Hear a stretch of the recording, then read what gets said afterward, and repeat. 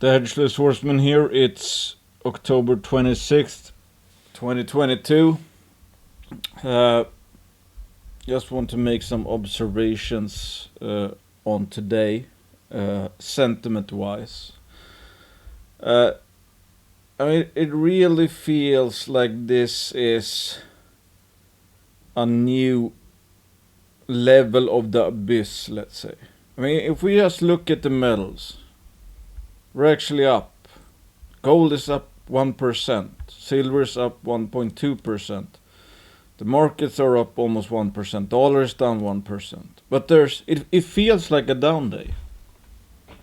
To me, at least. I mean, not a lot of chatter on Twitter.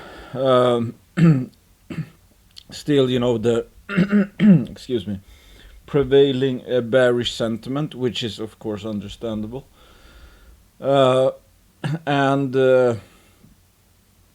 mean, most juniors, even again with good news, this market is rigged against you. That's how this sector works. And Bear Creek, before they announced some kind of postponement of $25 million that they are supposed to hand over to Equinox for their Mercedes mine purchase. That popped today or yesterday maybe. Anyway, before that, just I think 2 days ago, Bear Creek Mining reached a new lower low. And I think the market cap was around 62 million or something. I don't remember exactly what market cap it reached here, because they have raised money since. I'm guessing like maybe 40 to 50 million, and it has reached 60. Back here they didn't have, well, they haven't acquired it yet, but they didn't have a producing asset as well, of course. But yeah, it's really starting to feel like sentiment almost can't get much worse. Of course it can, obviously. But it's like, when you think about it, there are just a handful of gold and silver stories out there that are even, up over the last year. Just a handful. And I mean, that's, maybe 1 out of, 200 juniors is up. I mean, right now it literally takes, and in even the recent results out of Snowline, which were, some of the best holes, ever drilled in this sector in the last years, didn't produce that much of a pop. I mean, since this looks like Snowline, is in for a tier 1 asset, pretty much. Tier 1 project. And of course, a tier 1 project would be a tier 1 project regardless of the gold price. It just means it's, the best of the best in terms of quality. In this case, grades, size, and it starts at surface. I mean, pretty much unique characteristics, at least in this day and age. Still, I think the market cap recently hit, 320 million. I mean, a tier 1, tier 1 exploration story. I don't think only Snowline is cheap. I mean, the same goes for a lot of companies. I mean, the whole sector.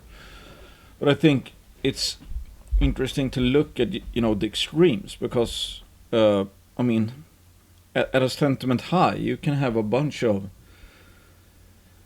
decent juniors up at 200 million market cap. Again, it's like Jerry Baldy reached 500 million before an assay result was out. Newfound Gold reached, I think, 1.3 billion or so. I mean, they had very good results as well, etc.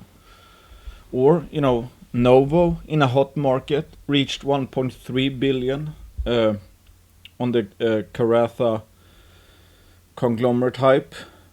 So I mean that's what can happen when sentiment is a tailwind. It is so extreme, the delta from sentiment alone. I mean, most juniors and their projects haven't changed much over the last year or two. Some have actually, increased their value handedly. Some have, let's say they haven't created much value, but haven't destroyed much value. But the share prices are all over the place. It's like recent. I mean, today, for example, Montero Precious Metals put out some high-grade gold intercepts. It's like nobody cares. Absolutely nobody cares. And again, everything should be taken into context of the market cap. I mean, they have a market cap of 2.5 million. I think they have maybe around 1 million in cash. That's the funny thing. It's like, I'm undecided right now about Montero. It's one of my big paper losers right now.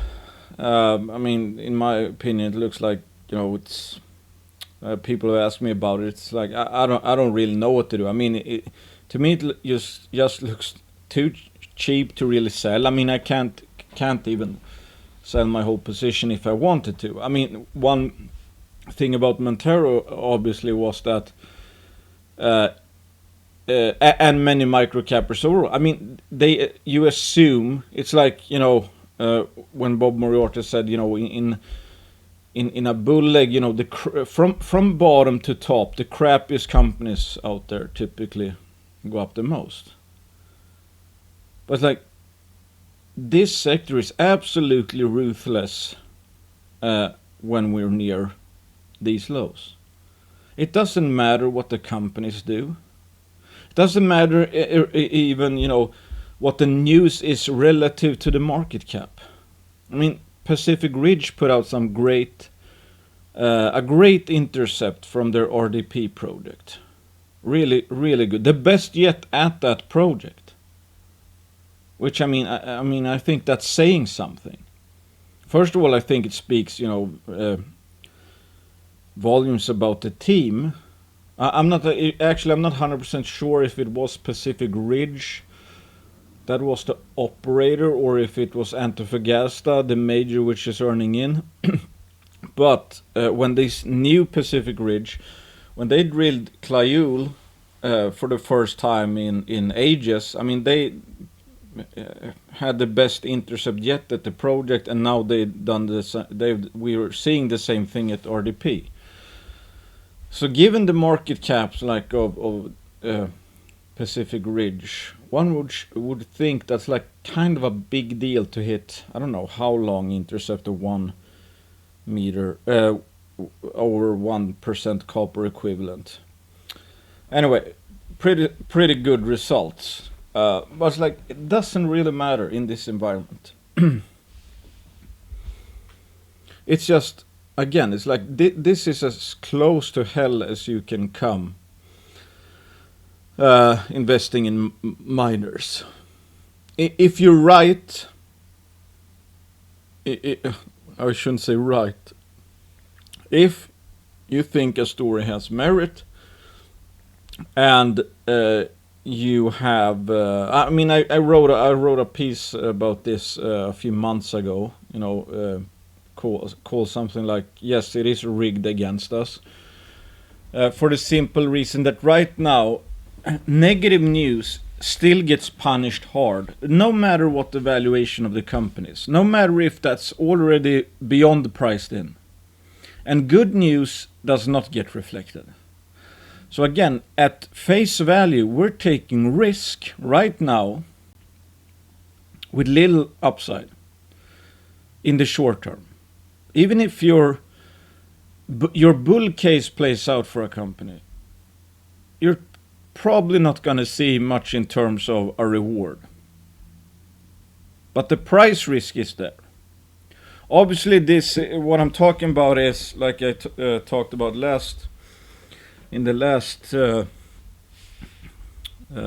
video. This is volatility and price risk.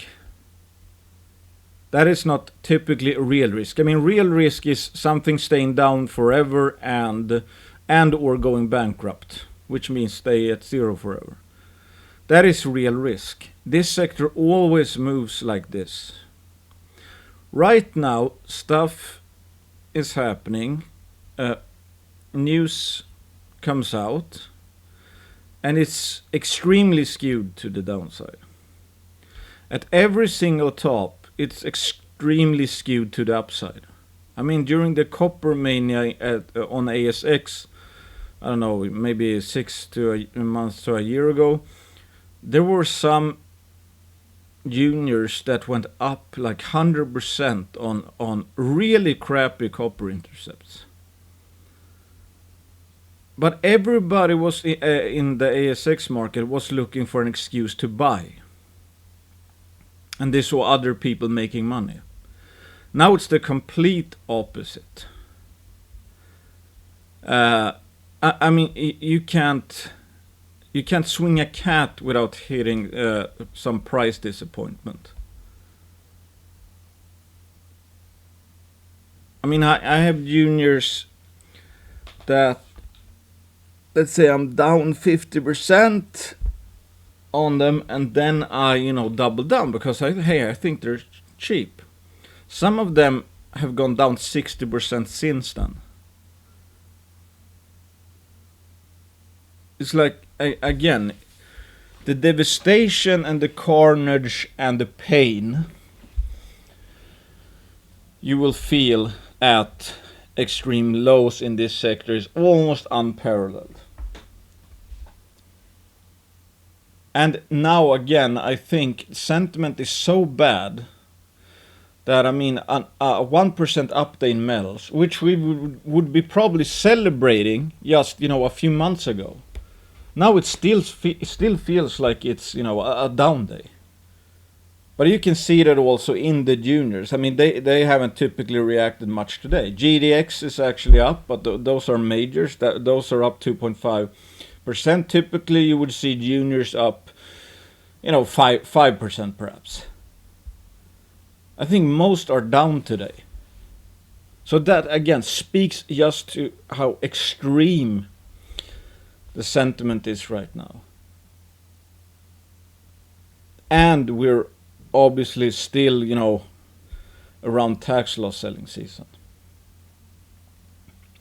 And the thing is, when the market knows that many of these juniors will have to raise money, or they expect them to raise money within the next, 4 months or so,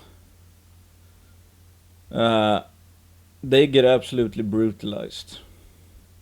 Because everybody's front running, dilution and dilution risk or whatever. Funny thing is that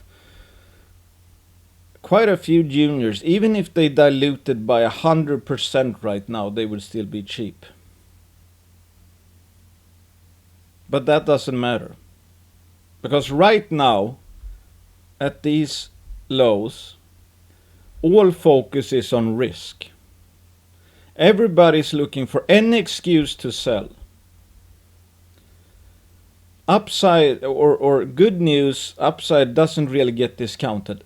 Negative stuff or risks, this gets over discounted even. Regardless if they're priced in. I mean, in reality, it's like with Gary Ball did 500 million market cap. That had huge risk because it was pricing in $500 million already without any results yet. It would take quite a bit to fill those shoes. Now it's the complete opposite. It's almost impossible to overpay. Even for a lot of the crappy juniors, let's say. I mean, you can look at some of the valuations out there and, the teams that are working on those projects. You pretty much know. I mean, some teams, are, best in the business, and you kind of know that they wouldn't get out of bed in the morning if they believed that the valuation put on their company and projects right now was a fair assessment of the risk-adjusted fair value for said projects. They wouldn't again get out of bed if they thought that was the case.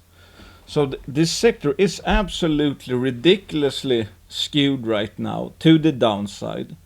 All focus is on risk, which I've said before. It's like a day like this, quote, disappointing in the sense that you have metals actually up, juniors are still down. That is infinitely more painful, let's say, here than up here. Here you're already spoiled. You're already making more money than you should. One day it's like, yeah, whatever. Down here, again, the pain is going exponential, and with the opportunity, obviously, because of the pain going exponential. So I just find it's very it's very interesting. It's like even I, who has so far never sold a bottom, always bought into every low. I mean, today, for example, I get affected. Again, it feels like this nightmare will never end. And nightmare, of course, I'm talking about the past.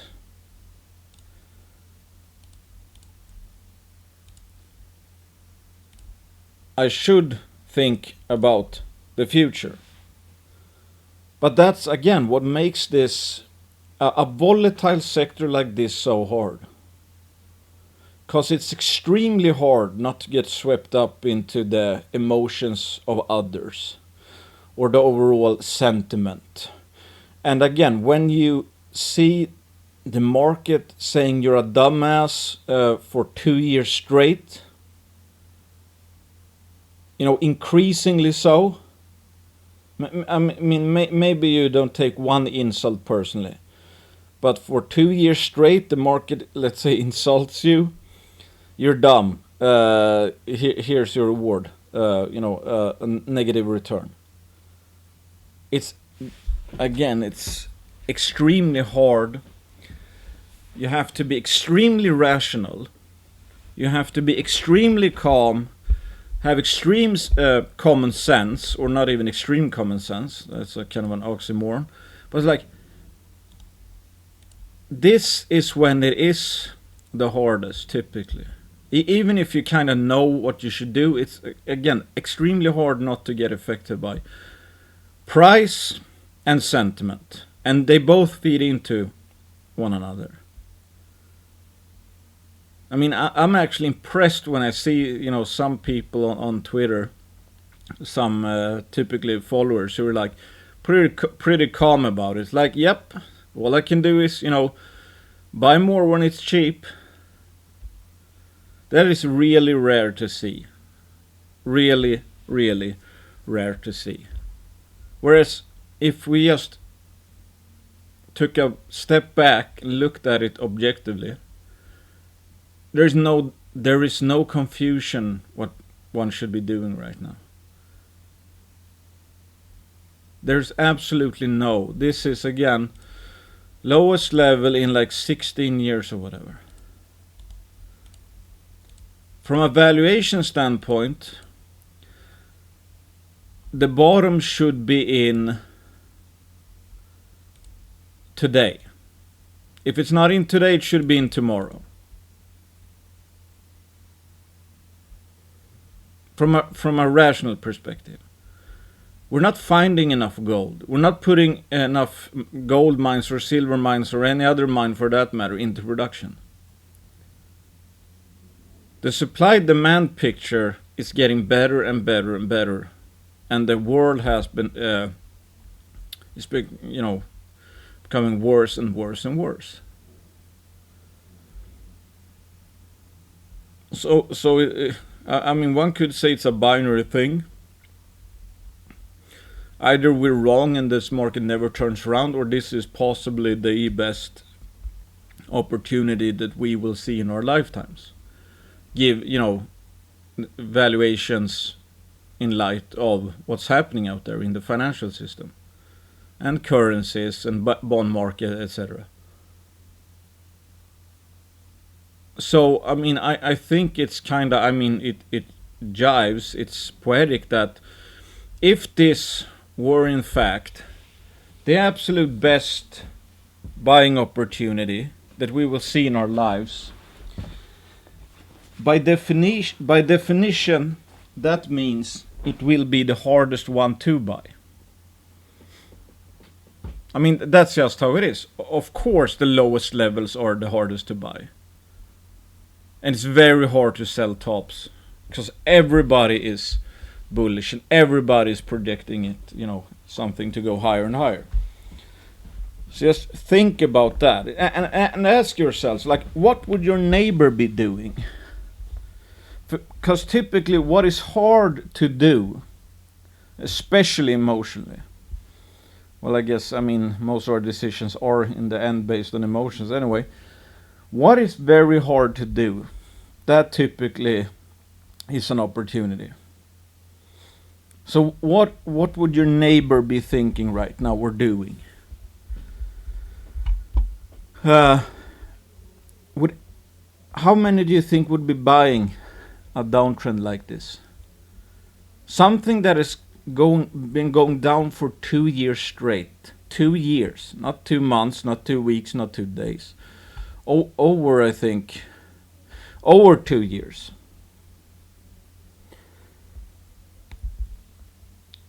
Almost nobody would buy that. Almost nobody on earth would buy that. That is why, as the Fidelity study shows, that dead people outperform active investors. They buy something that's, typically okay. Maybe it's an ETF, maybe it's the market, whatever. But what kills people is volatility. Doing the wrong thing at the wrong time. Buying high, selling low. That's why dead people outperform the living.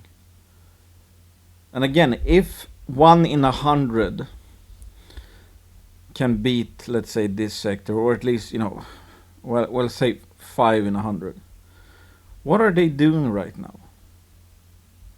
Do you see many people bullish on Twitter? Do you see many people proudly proclaiming that they're bullish miners and think that this is the place to be and that they're buying? No. And most people on Twitter don't make much over the long term.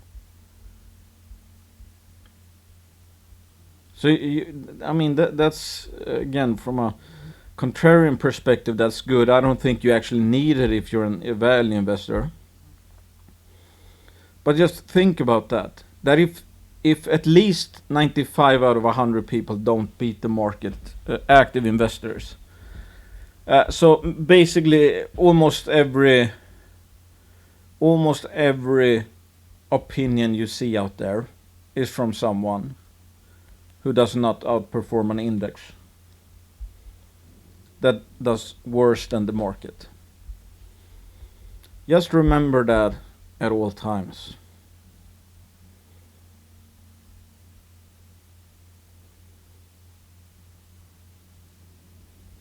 That gives some context to, like, again, what is hardest to do, what nobody seems willing to do, that's typically the best option. And again, I have no idea when this flush is over. This looked like a false start. Maybe that's here. And maybe we're actually very, very close to the final bottom. All I know is that we will have a bottom. And the positive thing about one additional day of a downtrend is at least we're getting 1 day closer to the bottom, and it's getting even cheaper, and hence the future returns get even higher. Again, it's like the dilution risk, for example. I personally think that if some companies out there do 100% dilution, that won't really be a problem, unless you're down 80%. The funny thing is, like always, I mean that's also a good point, I think. Look at the financings. What is a financing? That's people prepared to put money at, quote, at risk in a company in this sector. How's the sentiment out there with financings? Because again, funds and institutions, etc., a lot of those people are also dumb money. It's not like every institution or wealthy individual or whatever is one of the 1% or 5% that beats the market. Up here, there were raining cash. There was raining cash on juniors up here.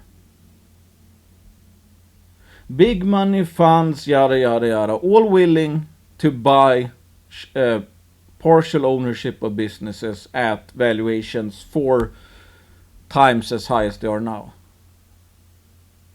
Now when they're cheap, retail, institutions, funds, some funds obviously, they get redemptions, etc. So that's not necessarily their fault. But it's just crazy. When you think about it, it's like when people, institution, funds, or retail doesn't want to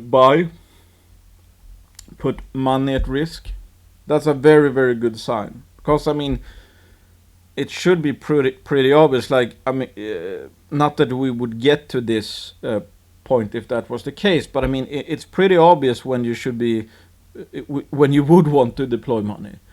It's down here when financings should be real easy, but we wouldn't be down here if that was the case, obviously. So by definition, again, the market is always very wrong at extremes.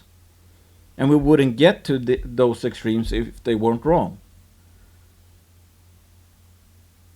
But it's just incredible. I'm trying to participate. I'm scouting for, private placements, for example, with 3-year full warrants from these levels. You don't need many of those to,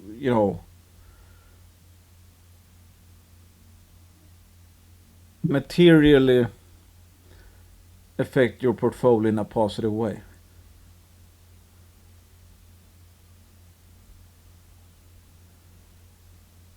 I went into the Outcrop Silver private placement with 3-year warrants. I think that is a double already. Cheap financing, 3-year warrants. I got until 2025. If Outcrop is still around, I'm pretty sure we will have reached this level by that time. So who knows? Maybe Outcrop Silver alone, if I held all the shares, etc., could amount to, I don't know, 30% of my portfolio, including the warrants. That's one story. That's how extreme these opportunities are. Thankfully, I have, Snowline, Western Alaska, Goliath, etc., Pacific. SK has actually gone down quite a bit now, but it's like I've been typically the heaviest into what I think, which you should be, the best risk-reward stories. And there are never any guarantees. It's just that those 3 companies have offset I mean, Montero, for example, I'm down quite a bit in those. Western Alaska, I think I'm up 2 or 3 times what I lost in Montero, and Montero was one of my biggest losers. White Rock, another big loser. I think Snowline has paid twice of that already, something like that. No, three times I think. SK, even with this dip recently, I'm still up a lot from where I bought in. Goliath, same thing. Eloro, another one. And those, I mean, I didn't buy in to them at the top. That's the whole point. I mean, a good growth story, if you give them time, they will typically do well. And again, the worst thing, that even in the shittiest sector environment, if a great growth story works out, I mean, that might stay flat when everything else is cratering, because again, they're creating so much value that even a shitty market, a stupid market like this, can't take the price down too much from the price to value gap. And even though that doesn't look like much, I mean, there are people complaining about any stock that is down from its 52 weeks high. You can find somebody complain about it. But if you hold one of these long enough, and I showed you K92 in the last video, I mean, yes, heavy corrections, zigzagging consolidation, same with Great Bear. I mean, before it was bought out, it had a 2-year downtrend. 2 years. Still, that's outperforming. If you're not absolutely killed when before this turns, you'll probably end up pretty okay. And I did a video way back when I showed that my tradable portfolio, given how much that is up percentage wise, if I bought in at the top of 2011, went down 90%, I would still be in the green today. Which just highlights the fact that all we can do, we can't control the price of gold, the silver, the actions of any other people out there.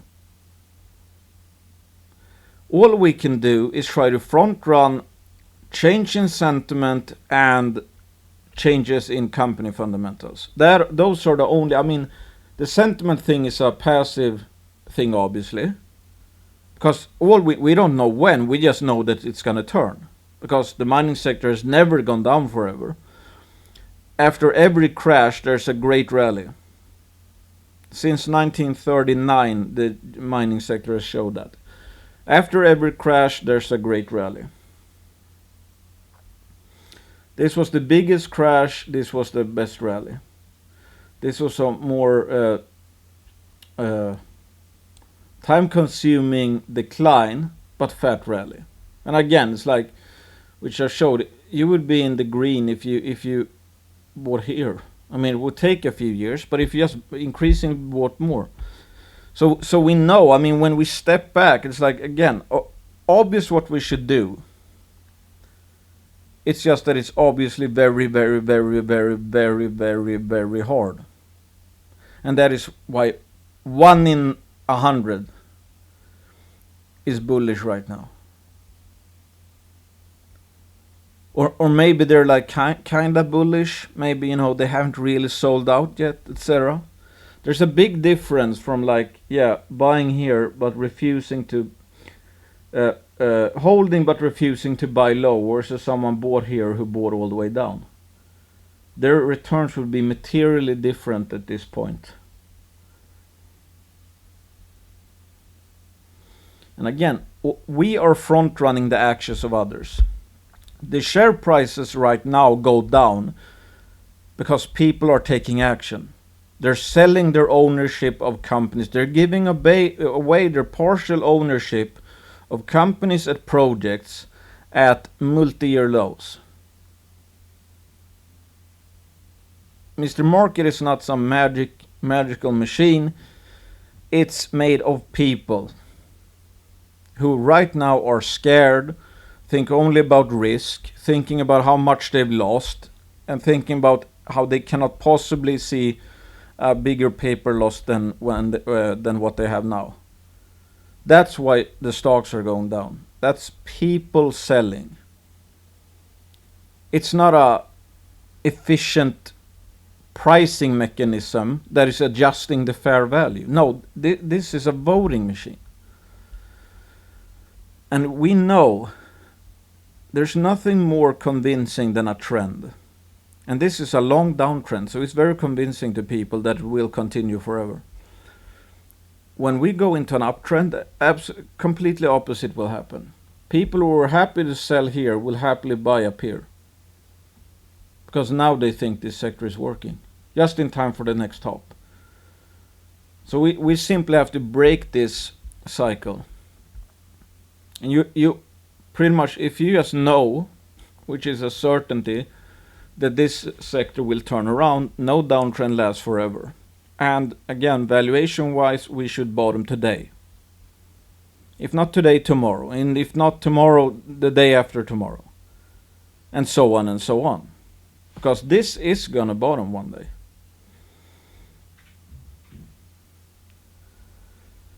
That's just what you have to keep in mind. So we're front running at delta.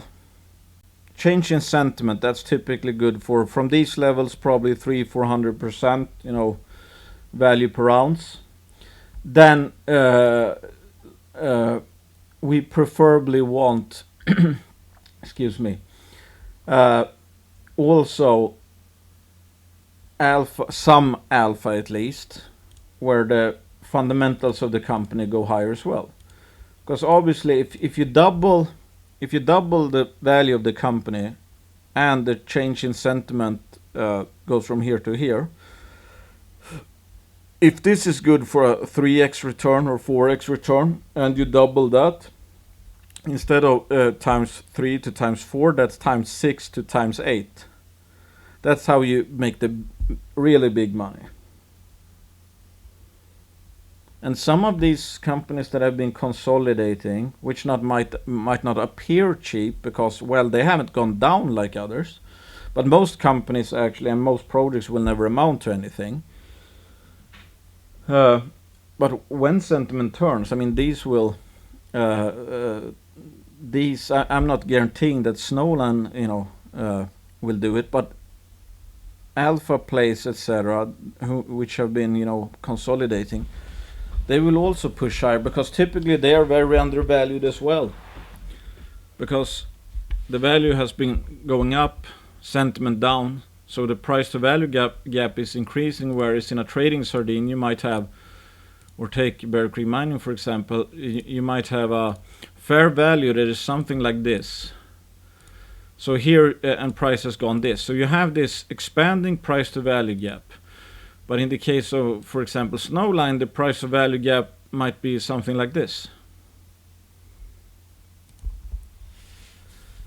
And one day, value will matter.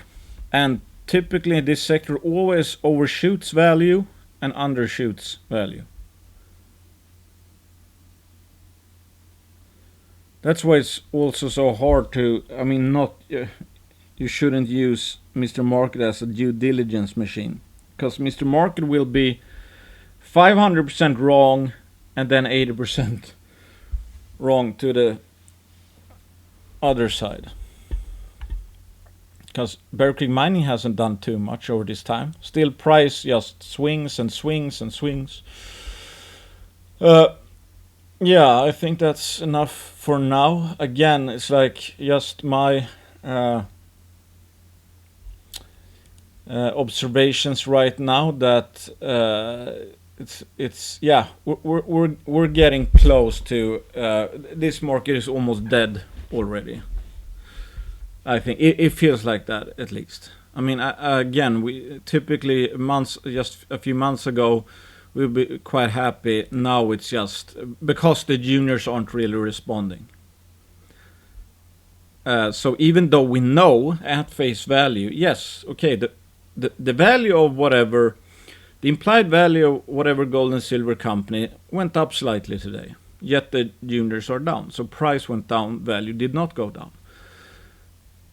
But after such a long downtrend, any disappointment at all, expectations versus reality, it just gets worse and worse because it feels more and more rigged against you. Again, do your own due diligence, do what you are comfortable with. I'm just saying what makes perfect sense to me and so far has worked for me. And it's not supposed to be easy. It is absolutely not supposed to be easy. Again, it's like 1 in 100 might outperform the mining index over the longer term. 1 in 100.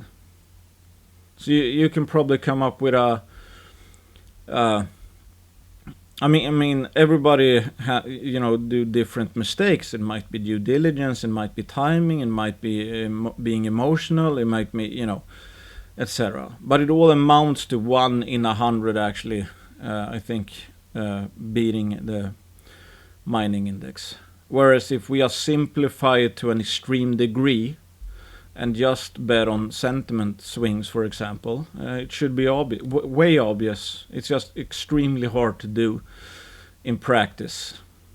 Because, I mean, when you think about it, a 2-year downtrend. Most people's investment horizon is like 2-3 months. What company will go up within 2 weeks? So this is more pain than you can imagine for most people, especially when they have no idea what they're doing. And if you don't understand how sentiment works, especially in this sector, you're way lost right now. If you don't, that's why I love this chart. It's like you at least have some kind of roadmap to put it in black and white, just how irrational this sector is, how swingy it is, how volatile it is, and how extremely wrong the market can be to the upside and the downside, and that it always ping-pongs back and forth. It might be 2 years, who knows? But right now, any additional day, and any additional down day, gets someone more to sell out. Any additional, and we might be 2 years until we hit the next high. Let's say this keeps on for like 2 months. There's going to be a lot of people that are going to be selling out if it goes something like this. Not investing advice. This is Bear Creek Mining. I don't own that stock. It's just a proxy for junior sentiment. Take care. Be productive. Again, the stocks don't know you own them. We're simply in the flush period. Nobody's doing anything based on what makes sense, because again, 99 of 100 people are driven by their emotions. So we'll just have to wait until something happens that forms some kind of uptrend, and then the sheep, pardon my French, will get in again. That's just how it works. People buy trends. Well, people buy uptrends, people sell downtrends. That's basically how you can summarize it. Nobody wants to buy a downtrend. But there's a lot of money to be made if you can be in before the uptrend has really gotten started. And again, it's very hard to. I mean, why wasn't this the bottom? Pretty decent rip. Why wasn't this the bottom? I have no idea. Why wasn't this the bottom? Just wasn't. But that doesn't change the fact that even if we have many false breakups or breakouts, there will be a final bottom one day. And given valuation and sentiment, I don't think we're too far off. hit the thumbs up button if you like the stuff. Bye.